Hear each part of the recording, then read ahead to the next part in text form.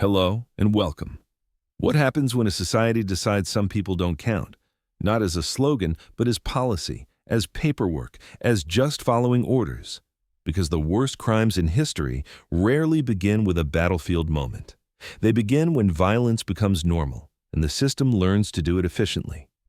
Today, we'll cover 7 events carefully, without graphic detail, so you can see the shared pattern. How ordinary institutions can be turned into machines that destroy human lives. And here's the uncomfortable twist. The early stages often look boring. That's the danger. By the end, you'll recognize the warning signs before history repeats. This is an educational overview of mass atrocities and crimes against humanity. I'll avoid graphic description. I'll focus on how these events unfolded, why they were possible, and what happened afterward. This is not a competition of suffering. Every tragedy here represents real people, real families, and real communities. The goal isn't to stare at darkness, it's to understand how it was built. We'll cover the Holocaust, the Rwandan Genocide, Cambodia under the Khmer Rouge, the Nanjing Massacre, the Armenian Genocide, the Atlantic slave trade and chattel slavery in the Americas, Stalin's Great Purge, and the Gulag system. Let's begin. The Holocaust. The Holocaust was the systematic persecution and murder of Europe's Jews by Nazi Germany and its collaborators during World War II. 6 million Jewish people were killed. The Nazi regime also targeted and murdered other groups, including Roma people and disabled people, and persecuted many others.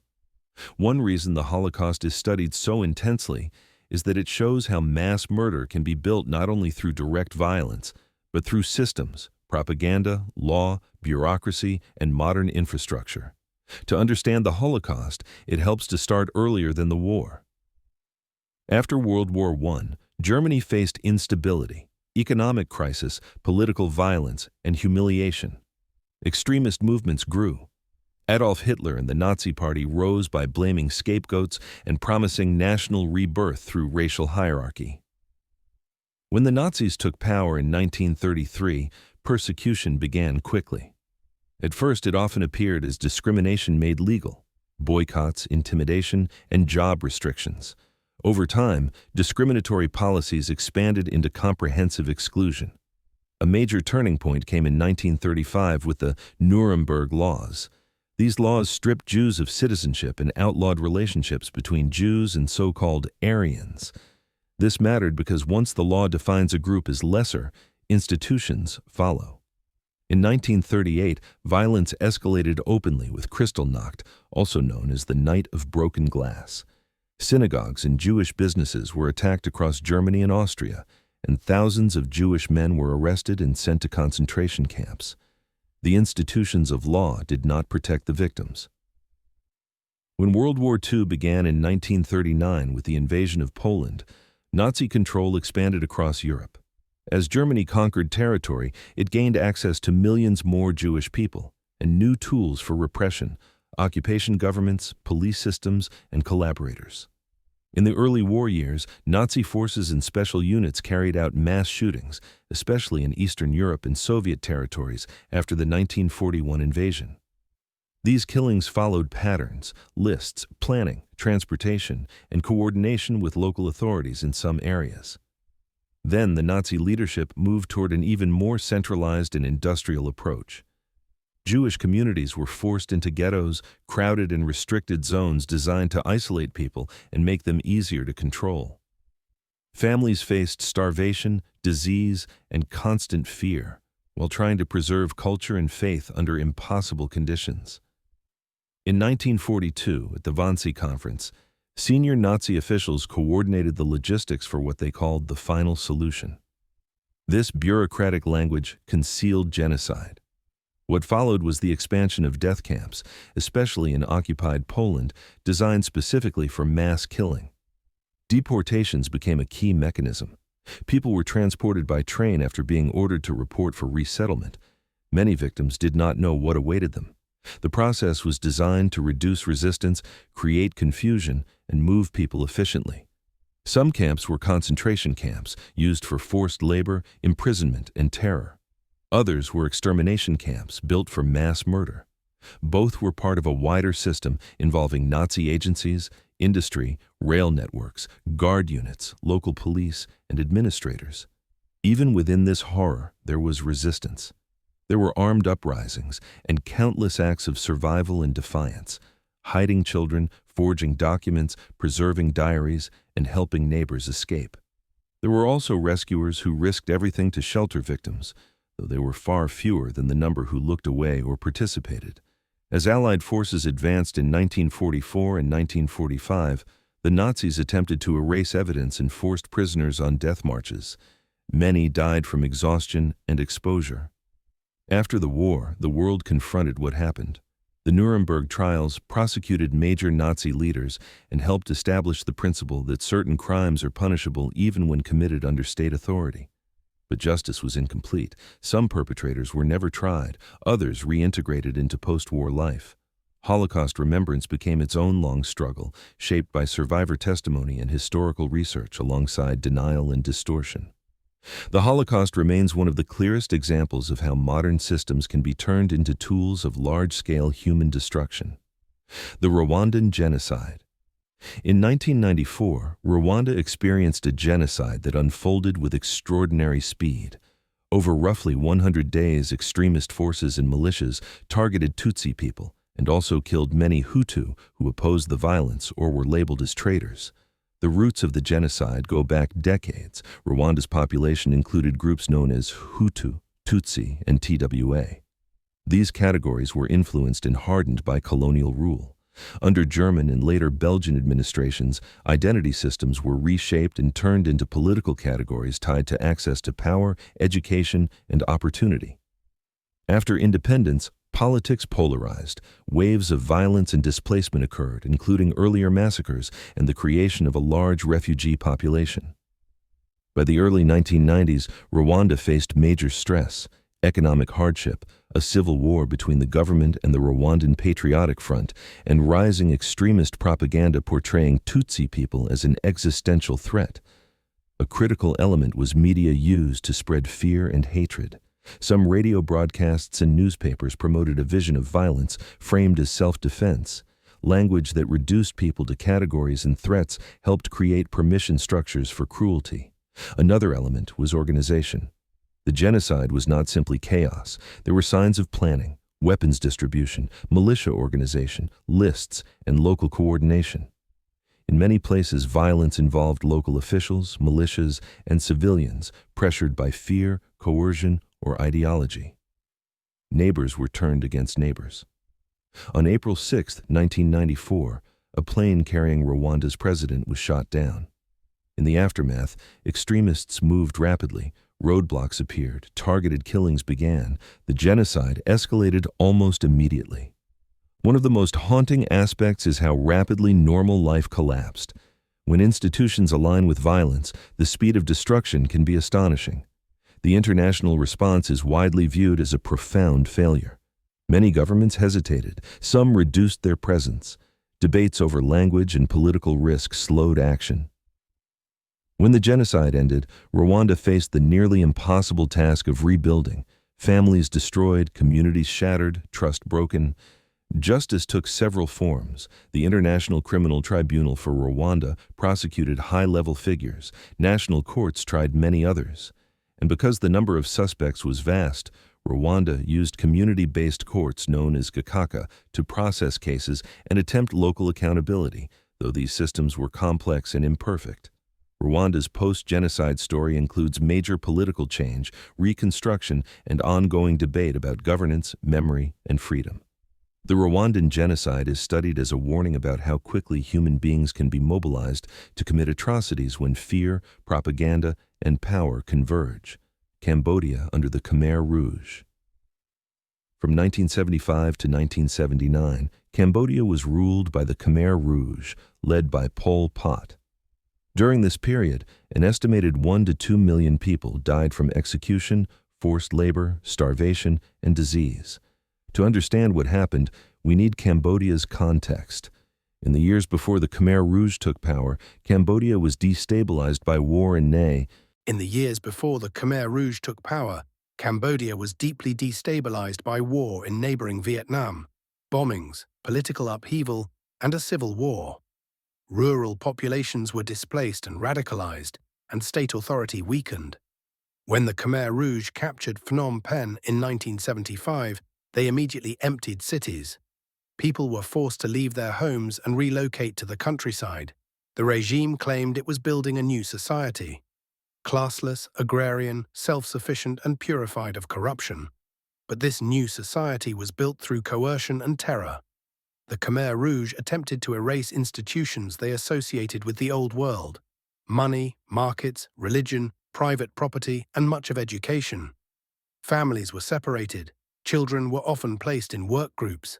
Daily life was tightly controlled, with strict rules, surveillance, and severe punishment for perceived disobedience. The regime categorized people into groups based on class background, education, urban life, and perceived loyalty. New people, especially those from cities, were treated with suspicion. Professionals, intellectuals, religious leaders, and ethnic minorities faced particular danger. A key point is that the Khmer Rouge's violence was not only about eliminating political opponents, it was also about enforcing an ideological transformation so extreme that ordinary human behavior, grief, affection, private conversation, could be treated as suspicious. Inside this system, forced labor was widespread. People worked long hours under harsh conditions, often with insufficient food, limited medical care, and constant fear. Many died from exhaustion, malnutrition, and illness. Others were executed after accusations, sometimes based on minimal evidence or confessions extracted under pressure. Places like Tuol Sleng, also known as S21, became symbols of the regime's internal paranoia. People were arrested, interrogated, and labeled as traitors. The system consumed not only civilians, but also Khmer Rouge members accused of disloyalty, as the leadership's fear turned inward. The Khmer Rouge period ended after Vietnam invaded Cambodia in late 1978 and early 1979, toppling the regime. Cambodia then endured years of conflict and instability. The political landscape remained complicated, and Cold War geopolitics shaped international responses. For a long time, full accountability was delayed. Decades later, the extraordinary chambers in the courts of Cambodia, often called the Khmer Rouge Tribunal, prosecuted some senior leaders. Cambodia's trauma remains visible today in survivor testimony, memorials, and the deep social effects of losing so many people, especially educated professionals and cultural leaders.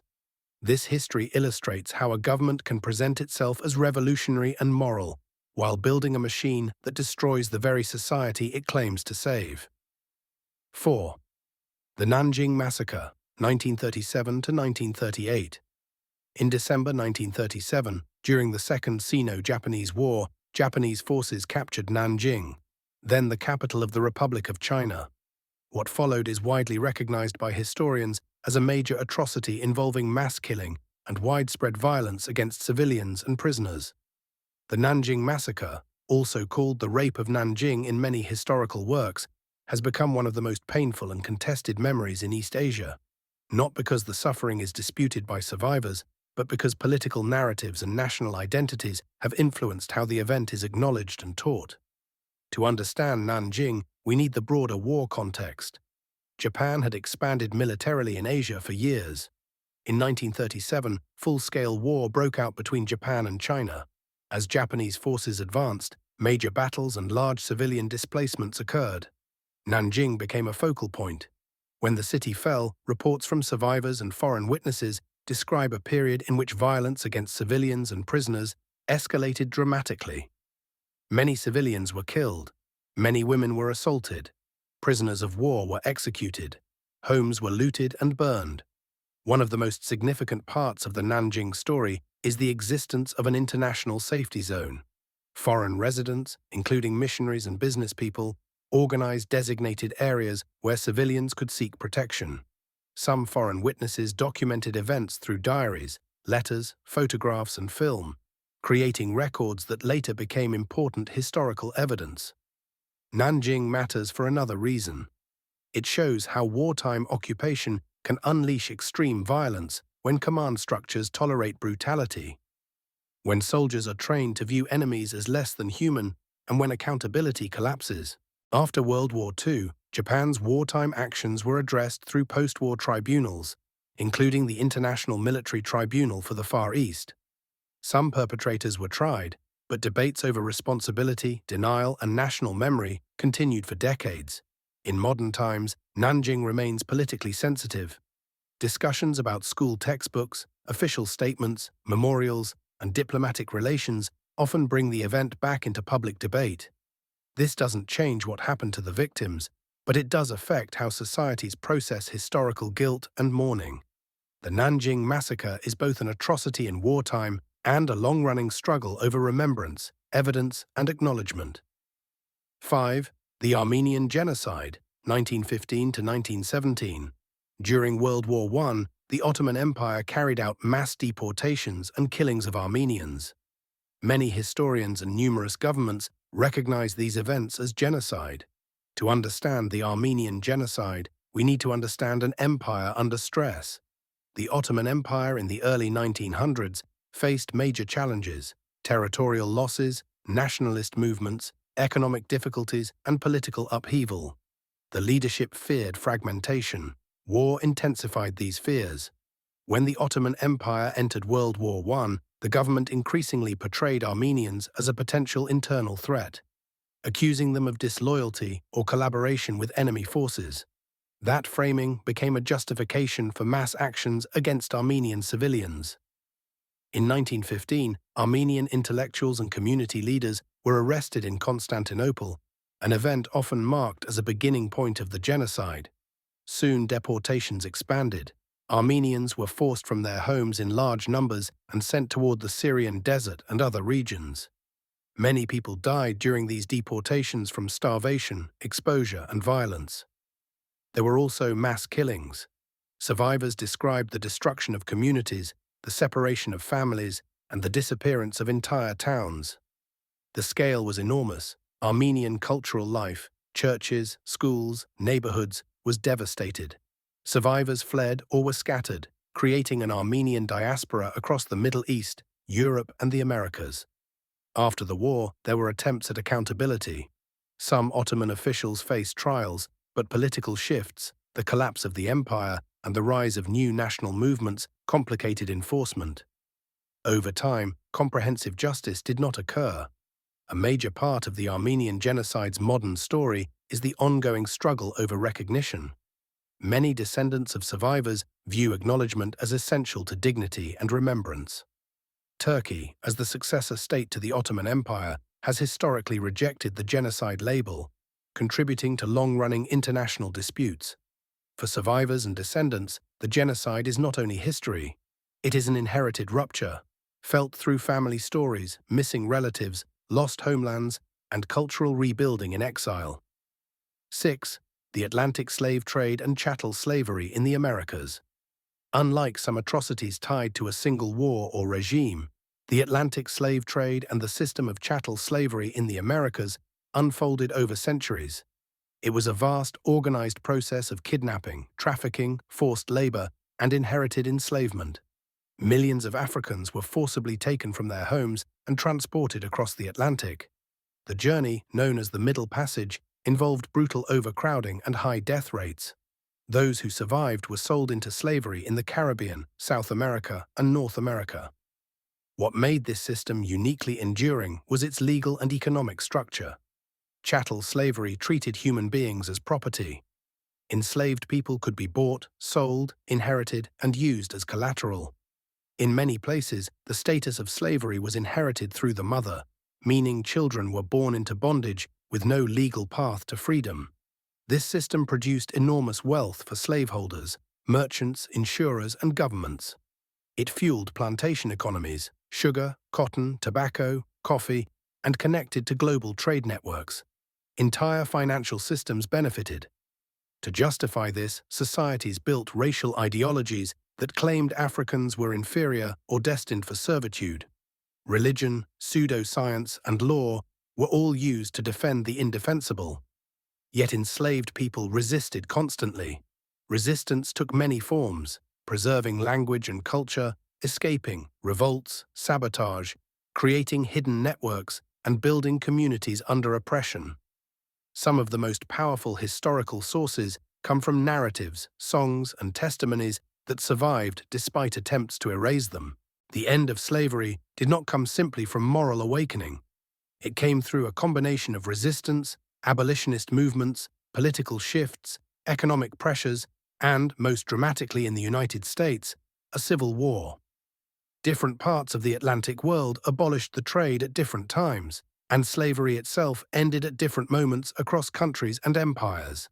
In many places, freedom was followed by new systems of exploitation, sharecropping, debt peonage, segregation, forced labor laws, and colonial rule. The long-term effects are still visible. Wealth disparities, racial inequality, and social divisions did not appear out of nowhere. They were shaped by centuries of legalized human ownership and the policies that followed abolition.